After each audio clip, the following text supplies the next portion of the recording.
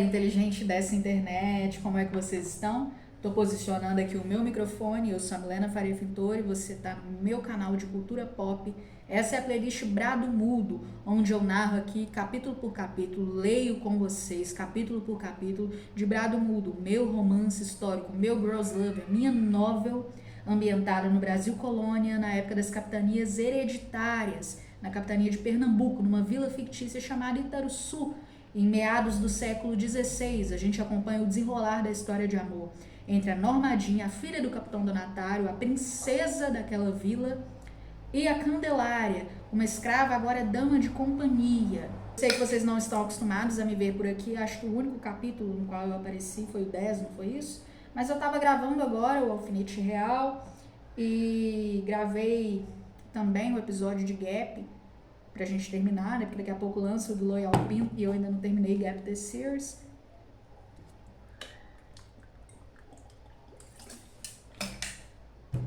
E decidi gravar aqui pra vocês, pra não ter que pegar outro microfone. Esse microfone aqui ele não tem isolante, então vocês vão ouvir passarinho, periquito, gaviota, tudo que é gaivota, né? Tudo que tiver por aí lá fora. E abri aqui no computador, tá de noite. Geralmente essas leituras desses capítulos elas são feitas lá no meu sofá, no tablet, o outro microfone, e para ficar mais sossegado, mais tranquilo para vocês, mas espero que vocês gostem desse formato aqui, talvez eu traga ele mais vezes. Quero agradecer a Radassa, a Edna, a Kátia, a Silvana, todo mundo que acompanha, obrigada de verdade, esse é o meu projeto favorito aqui no canal e eu vou me lembrar dos comentários de vocês para sempre. Capítulo 23, então, vocês se lembram tudo que aconteceu no 22? Assim, terminou de maneira bem forte, né? Vocês têm gostado? Deixem aqui embaixo, vamos conversar a respeito. Não matamos ninguém. Ele se matou. Ele pediu por isso. Eu sussurrava desesperadamente, convencida do que dizia. Uma vida foi tirada por minha causa. Eu mal consegui entendê-la em meio ao pranto. Ele não devia ter tentado tocá-la novamente, Candelária. Eu explicava. Pressionei meus lábios em sua cabeça, beijando-lhe os cabelos, sentindo o cheiro da tristeza desabrochando de sua alma. Deus havia concedido ao amor uma eterna condenação, fazendo dele um pecado. A essência da desumanidade era a imagem da santidade ao qual todos desejavam alcançar sem esforços, mas se diluindo em forças para impor ao outro o repúdio pelo pecado. Se mais alguém descobrir, iremos matar essa pessoa também? Ela murmurava, não parando um segundo de chorar. Nossa, eu atirei, eu matei. Cuspa sua culpa para fora, Candelária. Respondi, afastando-a de meu peito para lhe olhar nos olhos. Parei para reparar seu corpo crispado de dor, respingos vermelhos de sangue, suor, lágrimas me molhavam até o pescoço. Meu corpo está impuro por causa do seu e minhas mãos sujas de sangue. Ela disse, me fazendo usar de toda a força que meu corpo dispunha para segurar o pranto que suas palavras insistiam em me provocar. Pare de pensar. Nós temos uma agora, Candelária. Não deixe isso escapar. O hoje não é o bastante, Normadinha. Ela protestou inconformada. Mas você tem minhas vidas, Mas você tem minha vida em suas mãos, Candelária. E por que é que tem que ser tão perigoso? Porque estamos sempre falando de vida e morte. Senti tanta revolta em sua voz. Se todos fossem santos, destronariam o próprio Deus. Se desvirtuosos já agiam como ele, munidos de pureza, seriam infinitamente mais tiranos. Porque eu sou a morte, Normadinho. Sorri pela primeira vez depois daquilo, diante de sua resposta. Não morreremos. A velhice nos assistirá. Ela se posicionou em frente a mim, franzindo a testa a ponto de suas sobrancelhas praticamente se encontrarem. Consegue me amar? O medo saltou de mim para suas palavras. Não pude esperar nem mesmo um segundo para lhe responder. A vida parecia se esvairir de seu corpo se eu me calasse. Não se trata apenas de amor. Você existe em mim, Candelária. Eu sou você. Consciência violada, éramos ovelhas desgarradas. Mirei o teto amadeirado antes de fechar os olhos, erguendo a cabeça para trás. Entreguei-me com ânsia e calor. Ela chegava-me suave ao pescoço, roçando a face por minha pele pálida. Seus dedos desabotoavam minhas vestes, trêmulos. Nós éramos o mais altaneiro dos versos. Me despiu com o afeto de uma mãe a banhar uma criança, tomando com beijos cada parte de meu corpo. Aquela legião de viventes dentro de mim foi silenciada, expurgados as batidas aceleradas de meu peito. Amparei-me sobre os cotovelos, desejando que o mundo fosse retirado de nós e eu pudesse estar abraçada às suas pernas aveludadas por todo o tempo que nos restasse em vida. Purpúreas folhas de rosa. Os pedaços de mim se comprimiam e pulsavam junto dela, forças se renovando, enquanto me desfalecia de prazer. O dia amanheceu com a mesma pressa que nossos corações se tocavam através de nossos seios. Candelária havia saído para nos trazer o desjejum. Eu me vestia, observando os riscos de luz que entravam pelas frestas da janela colorirem minhas roupas. Não sendo apenas entradas impertinentes de luz pela manhã, mas saída de escape do desespero que visitava minha alma naquele momento. Voltou para o quarto com uma bandeja nas mãos, colocando-a sobre a cama com uma expressão preocupada. Seu pai mandou que eu a chamasse. Está vindo para o escritório, acompanhado do padre Martim. Certamente quer que eu me confesse depois do ocorrido. Menti, me preocupando em não deixar que minha expressão a alertasse. Terá a coragem de ocultar o que deve dizer em nome de Deus? Fui para a frente do espelho analisar se havia algo errado em mim que o padre pudesse apontar. Felizmente, ele só veria aquilo que me vestia. Caso pudesse enxergar minha alma, eu estaria condenada, por certo. Se fosse capaz de alcançar a face de minha consciência, não se daria o trabalho de convenções condenatórias. Apenas me executaria. Depois de matar diante de Deus, que diferença faria? Peguei uma xícara da bandeja, dando goles rápidos no leite queimado. Apenas tome cuidado, abraçou-me. Deitei a cabeça em seu peito, aspirando seu cheiro, tendo que abandoná-la em seguida e aspirar o perfume amadeirado do pai. Sua bênção. Pedi, beijando sua mão, pressionando os lábios para mantê-los fechados, tocando levemente a pele envelhecida do pai. Como tem se sentido, querida? O povoado inteiro tem clamado pela senhorita. Apreciei seu tom falso.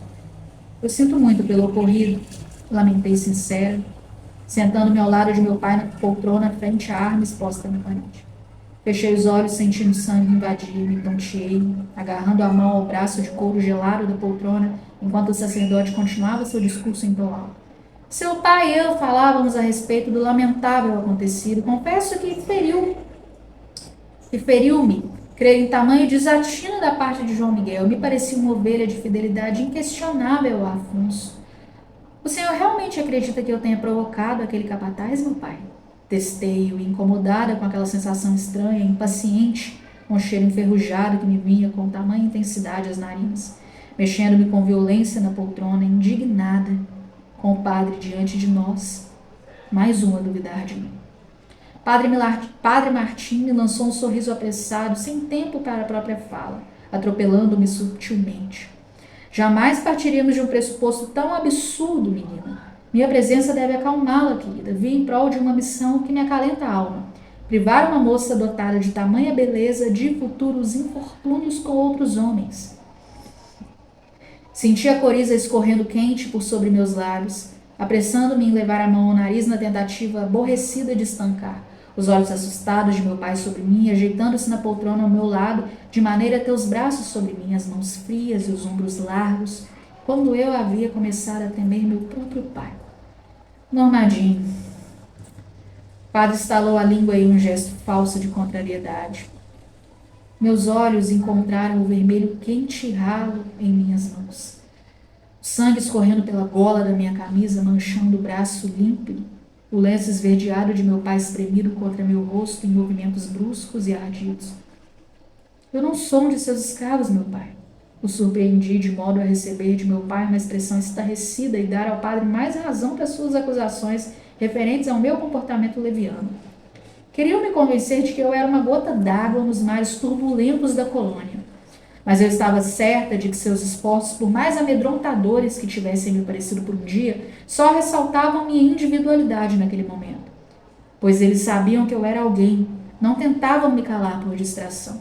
Eles sabiam que meus gritos os incomodavam. Havia-se passado tempo em que eu era apenas um instrumento. Eu faria minha própria sinfonia sozinho. Não me roubariam de mim. Não me apagariam para reescrever os traços de uma Norma Jean que os satisfizesse. Tenho por certo que não. Martim se levantou, ajeitando as vestes acinzentadas. As cores me significavam tanto aquele momento. Os escravos de Afonso são mais doces. Se a senhorita se submete a comparações, devo dizer que se assemelha mais às cabras desorientadas de vosso pai. Fuzilei com os olhos, prendendo as mãos levemente ensanguentadas sobre os braços do assento, enquanto o lenço de meu pai ainda estava em meu nariz, tentando estancar o sangue que escorria. Eu sentia calor e estava tonta. Suponho que todas as posses de meu pai compense o fato de estar casando seu irmão com uma cabra desorientada, não acha? A palma da mão de meu pai estalou sobre minha face, grande e pálida, suada, cheirando a sabão, forçando-me a virar para o lado oposto, como quem, sem perceber, sente-se queimar. Acredito em sua pureza, menina. Sua voz soou de maneira doce pelo cômodo, abraçando a respiração ofegante de meu pai. Não tornei a olhá-los, mantendo o rosto virado para a parede pela qual o tapa forçou-me a encarar. Caso eu não fosse pura, não haveria casamento, então? Estando sob o meu teto, fartando-se da minha comida, vestindo-se com meu dinheiro, trazendo consigo meus escravos para dentro de casa, terá que seguir o caminho que eu preparar a você. Me decepcione e esqueça que é minha filha. Se pisar fora desse caminho, espero que seja para onde eu jamais volte a vê-lo. Afonso lançou-me as palavras duras, as quais acredito que ele estivesse segurando desde minha chegada, recheadas de tamanha frieza que senti-me esbofeteada novamente.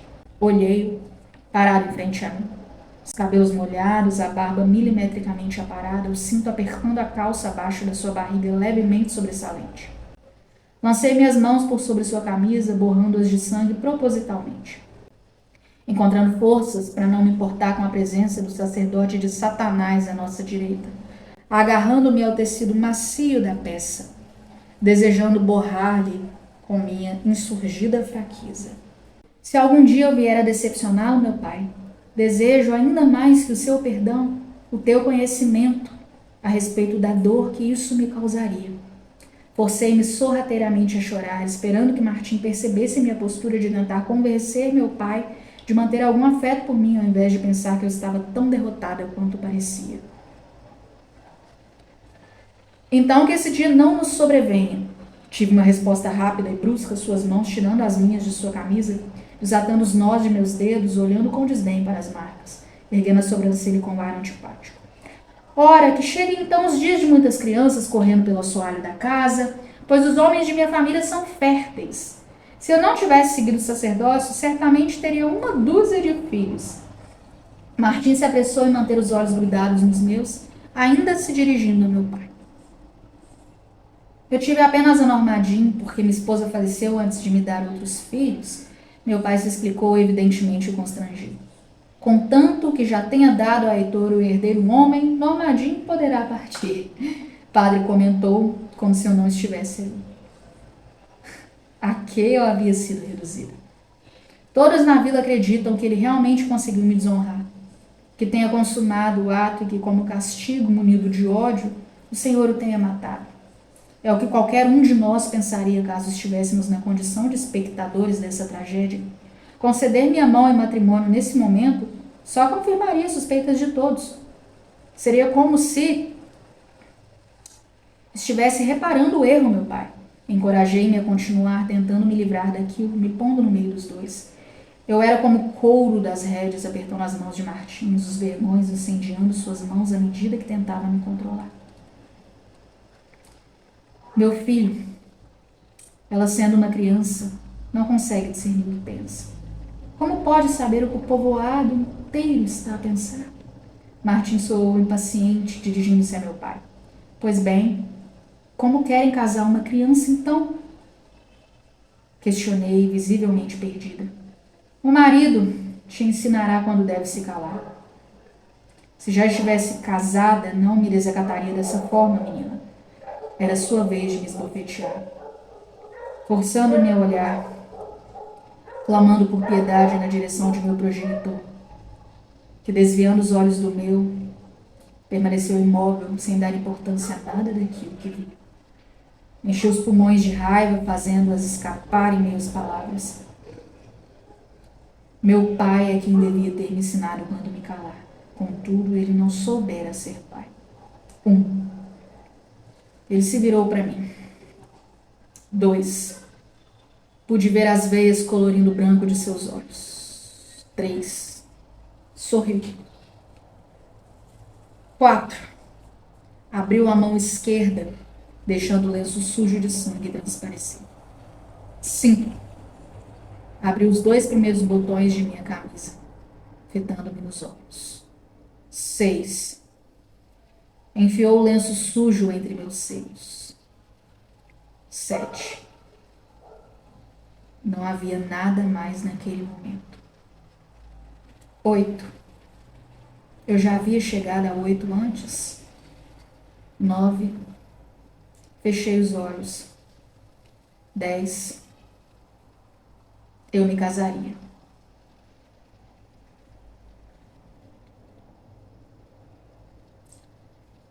Vamos para o capítulo 24? Se inscrevam.